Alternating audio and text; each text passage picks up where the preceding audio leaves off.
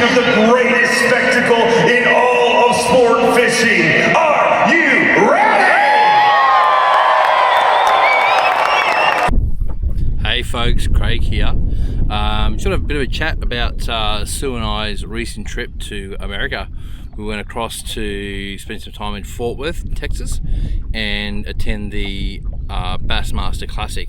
Obviously, Carl Jochimson, the only Australian over there at the moment competing on the Elite Series, and he's qualified for his third Bassmaster Classic in a row. So we were pretty excited to have the opportunity to go across and support Carl in his journey to win that ultimate prize. Okay, so what I'm going to do in this video is run you through some of the, I guess, the planning involved and some of the things that we learnt, and pass those tips on to you, so that if you ever decide to go, it might just make it a little bit easier. I think for you to understand what a classic is, you need to put it in perspective of what it takes to get there. So it's a whole series of events. You don't just rock up and enter the classic. It's invitation only. So I'll scale back and we'll start with what they call the Open Series. So that is an open event, so you can go on into those.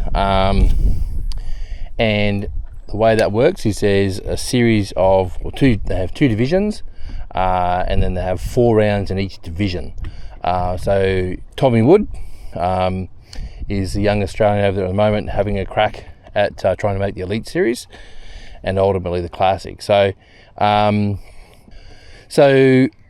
divisions. One division currently has 240 anglers, one has 160 anglers, and you basically fish those events, and if you finish in the top 50 based on your points for the series, then you qualify what they call the EQs. So the EQs basically means that the top 100 anglers from both divisions, so combined top 50 from each division, then fish 3 rounds in the EQs. And if you finish in the top 10 in that EQ series, then you are offered an Elite Series contract for what will be 2026. So that's ultimately Tommy's goal, and he's on that journey right now. The Elite Series, that's usually 9 events. I think it might be 10 including the Classic over the year, and then they accumulate points. So basically, the higher they finish, the more points they get. At the end of that series, those points determine, one, if they keep their contract unless they're a rookie, so that's their first 2 years, or if they qualify for the Classic. So the top 40 anglers who, for the year in AOY points, they will qualify for the Bassmaster Classic. The other 9 or 10 positions, they come from the Opens. So if you win an Open event, then you get a Bassmaster Classic invitation as well. So that's pretty much how you qualify for the Classic and how that all works.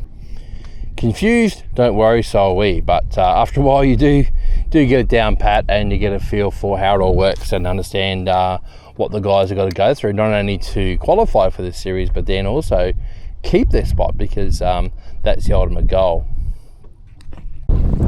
So we were very fortunate that we went over as, I guess, not part of a group, but we certainly had reached out to some others that we knew were going across. This made it much easier in relation to the planning side, because you're able to sort of bounce ideas off each other and so forth like that. So one of the really cool things was one of the guys in the group that I was part of said, let's organise a pontoon boat on the Saturday and go out and follow Carl and be on the water, which he ended up doing, was able to organise that, and that was just the most incredible experience. It really did just open up another avenue or another aspect of the event, and just being on the water and you're in amongst all that atmosphere and just seeing what's going on was pretty special. So other things that come out in the group, there was some other tips and bits and pieces and that, so it was pretty cool, and if you do it with mates, even better. But we certainly made friendships out of this trip as well. So one of the big things, think about things like visas. So you have to have a visa to go in. It literally takes not even half an hour to get it back, but you've got to apply. Be careful when you do it. It's I think it's called the ETSA is the name of the app. You can fill in there. if he comes up, there's a couple of options. If you get to the one that wants to charge you about $200 US to do it, bung out and go and find the one that's about, I think it's only $30 US or something like that. So that's something we fell for it. We actually had the money debited, had to contact them, get the money refunded, and they come from being part of that group. And the guys have gone, no, it's you've hit the wrong one. So a little bit of an experience on our part there. Bass Pro Shops are, if you don't know about those guys, they are just like fishing heaven or hunting heaven. They're pretty prolific over there. Just yeah, but definitely check them out. You can just get so much stuff that you just can't buy here. Most of them have a shooting gallery. They've got hunting. There's but what my tip about the Bass Pro Shops is go and check out down the back to the clearance area, because they have some pretty cool stuff, mainly clothing, but some cool stuff and ridiculous prices. So just keep that in mind. If you go to the Bass Pro Shop, check out the clearance area. You can get yourself a real bargain. I want to give you a tip around driving. So Texas, as with most of America, they're pretty crazy on the roads. They drive very fast, but Texas in particular, we didn't feel threatened at all. I think because most of them have guns, no one was really getting angry, so that was good. But driving on the left-hand side of the road can be a little daunting. Little tip that I made the error of, my driver's license was due for renewal not long before he went away, and I didn't get the actual physical copy back in time, so I wasn't actually allowed to drive. I didn't have a physical license, even though I had a letter. I wasn't allowed to drive, so that in itself, put the extra burden on Sue. So yeah, a little tip, just make sure that your license is current when you head across. Now when you're turning, lefty loosey, righty tighty, that's the key. Follow that, you can't go wrong. Okay, so for the weigh-ins, the way the weigh-in works, so once again, online, so Bassmaster actually had an app, so you could do everything you needed was in that app. You could buy your tickets. Now tickets were free, but you still had basically an admission ticket to get into the arena. So we were the weigh-in at Fort Worth is at Dickies Arena, 10,000 stadium, full security. Now one of the big ones there was you can't take in concealed bags, so as in like a handbag over a certain size. They do have, and they had them at the Expo, clear plastic bags that you could take anything you want to take in there in, and when you go through security they check it and then away you go. So that's a little tip. Don't sort of rock up, don't go to the Expo, go straight to the weigh and have 16 bags of stuff, because you simply won't get it into the arena. So work out a contingency around how to, if you go to the Expo, go back to your hotel or drop it off or whatever you're going to do, then go to the weigh-in and go minimalistic, so you don't have that issue of not getting in. I think one of the situations we had was we had some Aussie flags, and I think we got ours in. The other guys didn't, because I reckon they were a stab point or whatever else. So just a little tip on that. Main one is the bags, so learn from that. I'd recommend researching your hotels, because generally they try and have the weigh-in and the Expo. So the Expo runs for the full 3 days, and it's just chock-a-block full of stuff, everything from boats through to terminal tackle, a whole lot. And there's a lot of giveaways. We actually became members of BASS, which is the overarching federation over there. Cost us like, I think, about $30 US.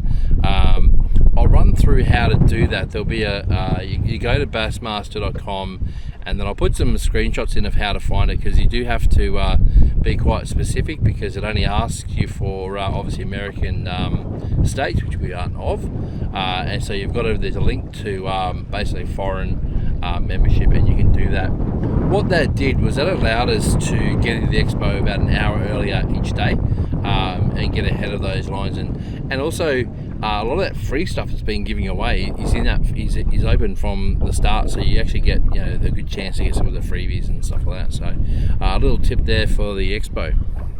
Okay, Media Day was probably one of the real highlights for me of the entire trip. Now, We weren't aware, but they actually opened up to the public. So historically, you needed to be either media or have a YouTube channel with a certain number of followers, and you would apply, and quite often they would give you access to the anglers. So the way that works is on the day before the classic starts, they have a car park. So in the case we went to, it was the one of the Bass Pro shops. They had a big car park. The 56 anglers had their boats in there, and they just spend the day doing interviews. They were rigging their gear, all that kind of stuff. What Bass did this year was they allowed the public in there from 1 to 3. So it was a chance and to literally go in, get autographs, chat to the guys, have photos, and I was very fortunate that I was able to get half a dozen interviews with some of the guys. So hopefully they keep that going. I was very fortunate. I was talking to Chris Bowl, who's the weighmaster that's on stage, and I gave him the feedback and said, look, I found it fantastic just having that access to the anglers, and so he was going to take that feedback back, and yeah, so maybe it becomes a permanent thing. So if you do go across, I highly recommend going to the media day and just getting that chance to see their boats, have a chat to them, and get those any signatures you want, all that kind of stuff.